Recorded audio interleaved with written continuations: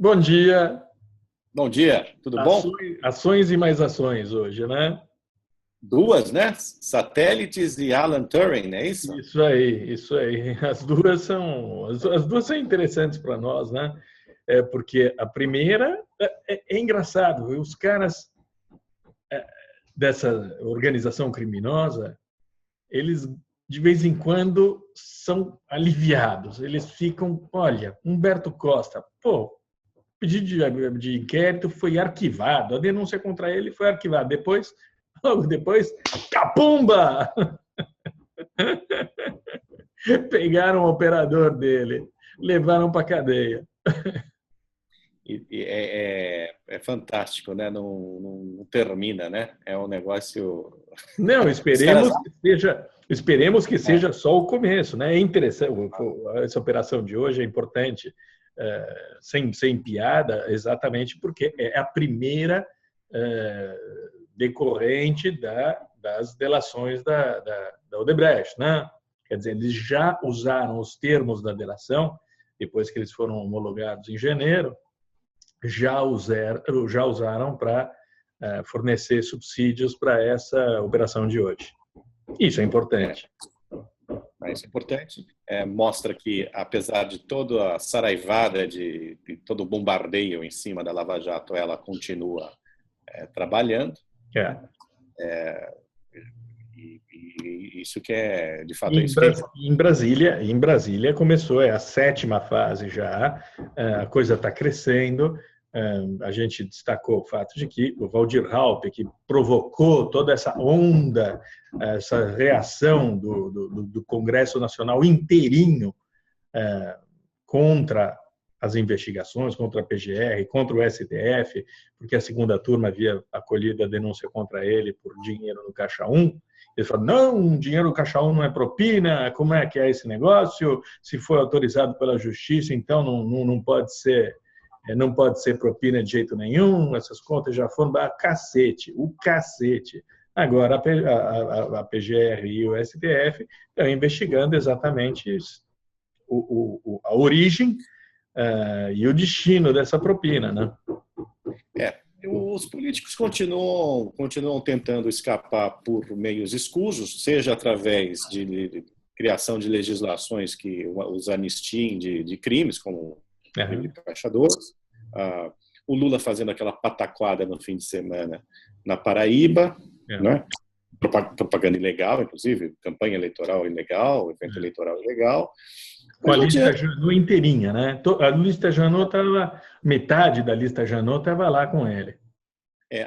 Inclusive, parece que, apesar de toda a mobilização com dinheiro público, e não foi apenas na Paraíba, outros estados do Nordeste também, chegou até o Maranhão, a coisa, apesar de tudo isso, o número de pessoas que estavam presentes foi bem abaixo do que eles esperavam. Mas, assim, sabe, tudo isso é factoide, tudo isso é encobridor. A realidade é essa aí. A realidade foi o que a gente já tinha publicado, e a Veja também agora publicou no final de semana. Ou seja, Lula, o Frei Chico e o Taiguara, sobrinho do Lula, receberam, no total, 20 milhões de reais. O outro lá recebia um mensalinho.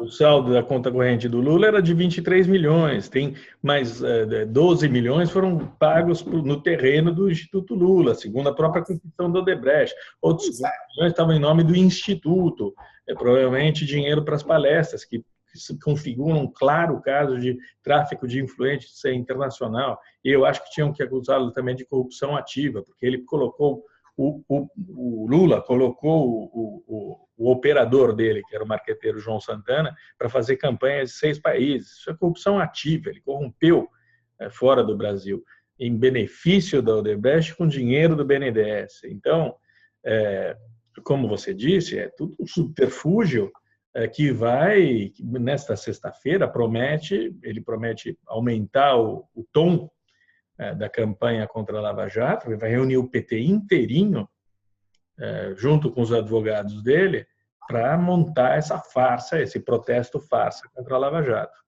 É um circo, né? Eles acham que podem combater a justiça com o circo. Eu espero que não funcione, né?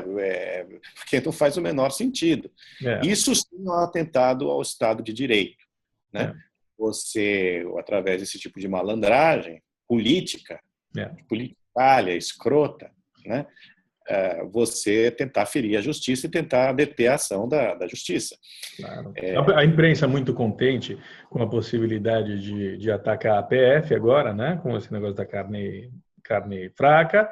É, Pois é. tem uma histeria da imprensa, não da PF. Quer dizer, a imprensa acusa a PF de ter reagido, de ter exagerado nas denúncias.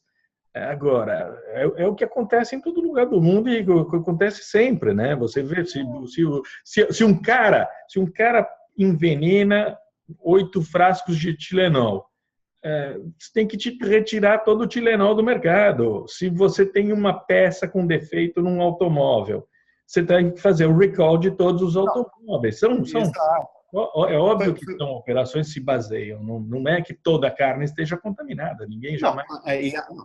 em qualquer lugar civilizado, fatos isolados contaminam mesmo todo um setor, até que se prove que são fatos isolados, porque claro, qual é a garantia? A garantia sou idiota? Exatamente. Não dá, né? Não dá. Agora, aí no caso, juntou a fome com a vontade de comer, né? Já fazendo um trocadilho infame, que é assim, atacar a PF e a Lava Jato, né? E às vezes até diretamente, né? Já falam, o próprio Moreira Franco falando, não é como no caso do petróleo, já puxou o petrolão, né? Para dentro da carne fraca, né? Mas a imprensa entra nessa, quer dizer, uma parte porque quer atingir a PF e a Lava Jato, e a outra parte porque, e às vezes há sobreposição aí dessas partes, para defender os anunciantes, né? Então, esses frigoríficos são fortes anunciantes dos grandes meios de comunicação, que já não são tão grandes assim, né? Precisam desse dinheiro mais do que nunca. Então, uma situação... Se você combina a verba publicitária desses grandes frigoríficos com a verba publicitária de todo o setor de supermercados, etc., que vive também de propaganda desses produtos, aí o peso é muito grande. Agora, a gente sabe, e obviamente não pode falar porque nós não somos como certos blogueiros que vazam informações privilegiadas para obter favores ou então para alertar bandidos, criminosos. A gente sabe que tem gente por trás do meio político que recebeu bola dessa turma aí, né? E isso virá. A PF aponta dois partidos, né? PMDB e PP. Né? Então, a gente está diante aí de uma coisa que pode ser muito maior do que a gente imagina e que não alcança apenas o aspecto, digamos, alimentar. Né? Não, e antes de falar que é um caso isolado, etc., etc., é bom lembrar como nasceu a Lava Jato, né? No posto de gasolina ali, pegando um doleiro. Brasília. Então, calma. Tem que ter calma. A PF garantiu que tem mais coisas, né? Que isso aí é uma pequena amostra, vamos ver. Né? Enfim, tem que esperar. Pode, sabe? A gente... Essa moçada aí tem um crédito, né? A gente... Tem um crédito, claro, tem um crédito. Né? Agora, a questão aí de liberdade de imprensa, que parece que está sendo... Os defensores da liberdade de imprensa, os petistas, né, fortes defensores da liberdade de imprensa, né, que não queriam criar um consumo para amordaçar a imprensa quando estava no poder. Incrível, né? Você e eu, a gente está na delegacia de polícia, né? Estão querendo colocar a gente na delegacia de polícia com acusações absolutamente surreais, né, de associação criminosa, o escambau. Bom, muito bem. Vamos dar uma liçãozinha aqui para petistas. Petistas, negócio é o seguinte... Vazar operação da PF não é liberdade de imprensa, é sabotagem, é obstrução à justiça. É muito diferente de liberdade de imprensa. A imprensa tem liberdade para noticiar a ação da PF, né? Para dar detalhes de operação da PF já realizadas ou em andamento, né? mas não antecipar a operação da PF, porque isto é sabotagem, isto é obstrução à justiça. Aprendam. Aprendam. Vocês sabem. Na verdade, eles sabem disso, né? Que não sabem. Fazendo teatrinho. Não, né? sobretudo Claro. nesse caso, que não se limitou, o cara não se limitou a dizer, olha, vai haver uma operação contra o Lula. Ele foi muito mais longe. Ele deu a lista de todas as empresas que sofreriam uma batida naquela operação contra o Lula. Então, permitiu que essas empresas fossem limpas, as provas fossem descartadas, queimadas e destruídas. Aí é o seguinte, agora os caras estão querendo saber quem é que passou essas informações, ou passava essas informações. Porque a PF faz uma limpeza nela própria.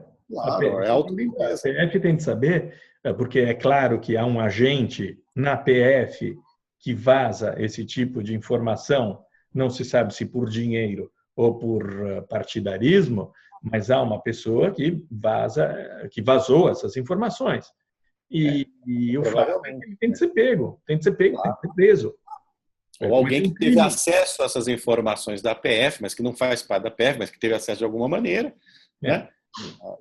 E que repassou isso. Entende? É preciso que se saiba. Não é aceitável, né? Que isso ocorra.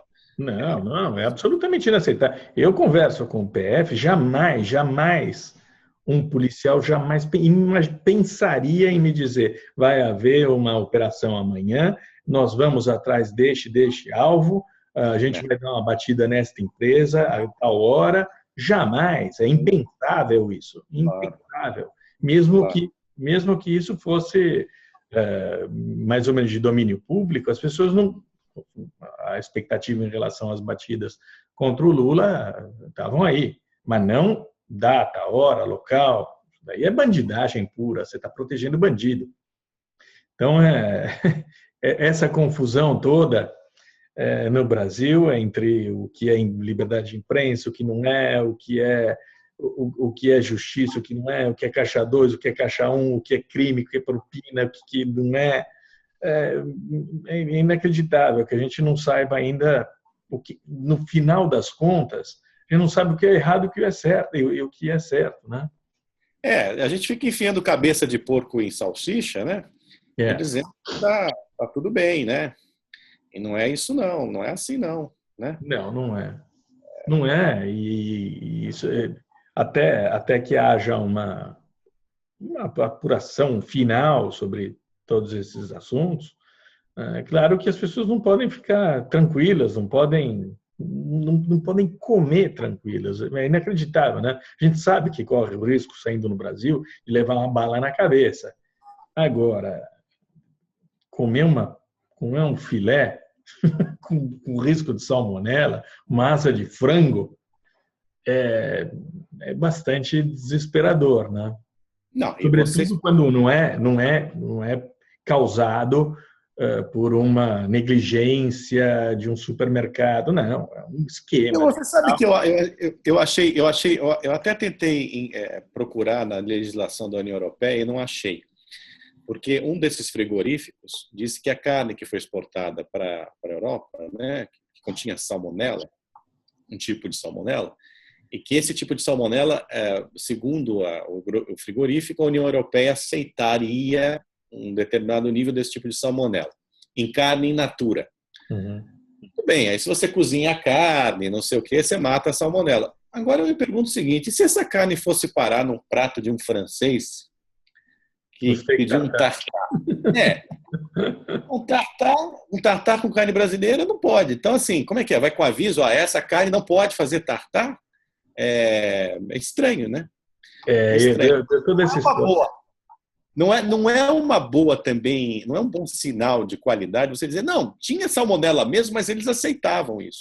Não, mas essa história está muito mal contada. Os caras falam, eu li a transcrição, os caras falam, olha, a gente não pode entrar nem no Porto Italiano, que era Gênua, nem no Porto da Espanha, não sei qual era, vamos mandar para Roterdã, que é um transporte de carga pesada, ali entra minério de ferro e entra uma carniça podre também, né? Mas é óbvio que eles estavam tentando fraudar. Ó, pessoal, da próxima vez, manda para Nápoles, porque a Camorra domina o porto de Nápoles ainda. Talvez ali vocês consigam alguma coisa. Bom, pagando. Pagando, né? Pagando, sem dúvida, eles conseguem alguma coisa. Ali entra chinês, entra carniça, entra o que for. Isso aí. Entra presunto. Ó, Marsella também parece que funciona do mesmo jeito, viu? Podem mandar por lá também. Eu acho que não dê ideias. Eu fico tentando ajudar os exportadores brasileiros. Eu estou sendo um patriota. Já você vai ser ministro da Agricultura. Hoje saiu que o Blairo Maggi também está na lista Janot. Você viu, né? O valor disse 9 ministros. Os outros 2, que até agora são anônimos, podem ser diversos, né? A gente sabe. Eu acho que a notícia agora a gente passa a ser assim: quais são os ministros que não estão, né? Na lista do Janot, né? Diante da quantidade dos congressistas que não estão.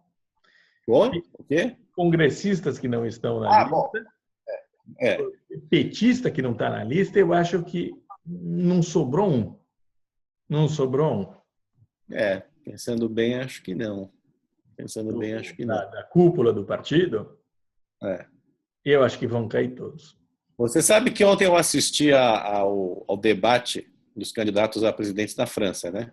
E eu ficava olhando o François Fillon, que está acusado de dar emprego para a mulher e para os filhos. Aí descobriu-se também que ele ganhou 40 mil euros internos.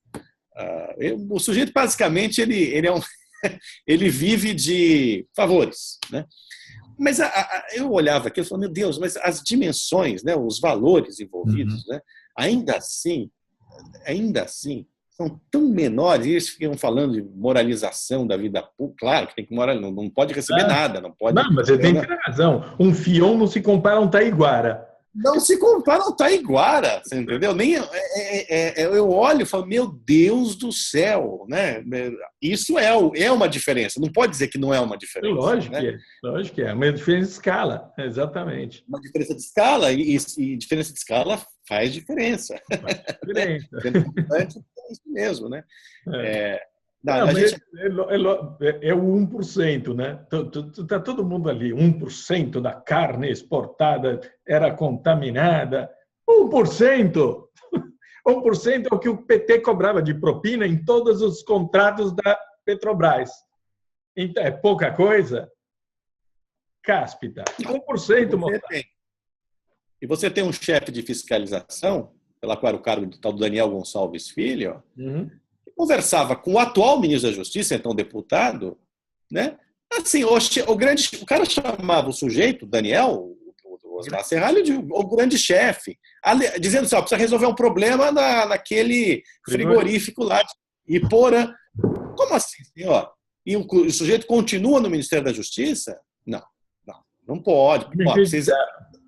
Precisa parecer honesto. Mesmo que a PF não tenha encontrado nada contra o Serralho, o fato é que ele se esforçou para manter o sujeito lá e para trazer o sujeito de volta para a superintendência. Não dá, né? Nessa hora você fala assim, não tem condição, você tem que sair, porque... Lógico. E o Jorge Bassolino hoje diz que o Temer deu instruções para que ele fosse mantido distante da reunião de domingo e cuidou desse escândalo que envolvia o Ministério da Justiça. Mas não pode. O cara já não pode continuar. Não pode nem exercer o próprio cargo. Não dá, né? Isso não é uma senha para puxar o carro? Cáspita. Pois é. É que o Temer fica mandando mensagens. Lógico. Não. Os caras fingem que não entendem, entendeu?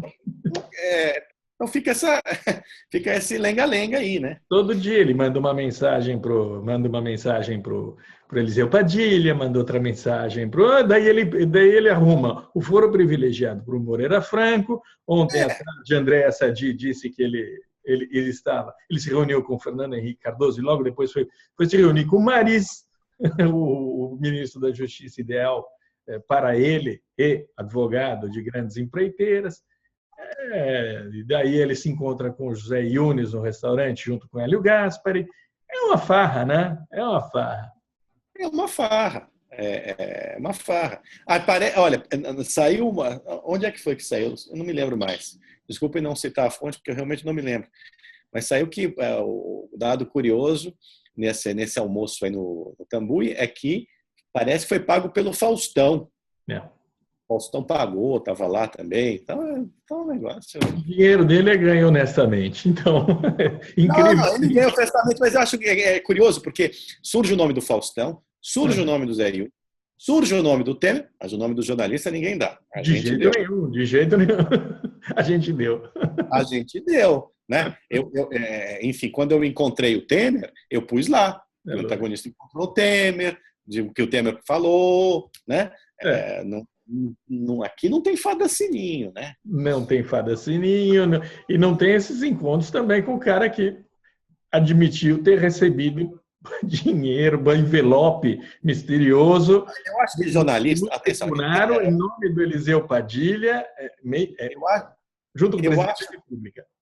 Eu acho que, veja, um jornalista ele tem que conversar com todo mundo. Eu acho que se um presidente mas depois escreve, né? Diz, eu estive com o presidente não sei o quê, o sujeito apareceu lá do nada, enfim, blá, blá, blá, dá notícia, né?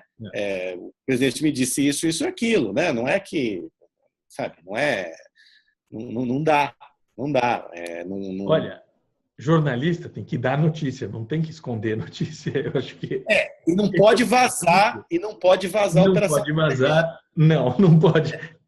Tem um limite aí, tem um limite. Ele dá notícia, mas não protege bandido, exatamente. Não protege bandido, né? Então, assim, não estou comparando um e outro, mas estou falando assim, de jornalismo em geral, né? Você não pode fazer essas coisas assim e achar que tudo bem, né? Não é crime encontrar o presidente da República. Não, de jeito nenhum. Mas está sendo tratado como crime pelo próprio jornalista, aparentemente, né, porque também não disse nada, né, a não ser que vá dizer numa coluna, espero, e pelos outros jornalistas que não citam o nome do jornalista. Ué, por que não? Não é? Por que não? Estava num local público, lógico. Estava num local público, né? Ninguém foi invadir a casa de ninguém, ninguém escreveu de ninguém, né? Bom, considerações de jornalismo desinteressantes. Não. Acho que os nossos leitores se interessam pelo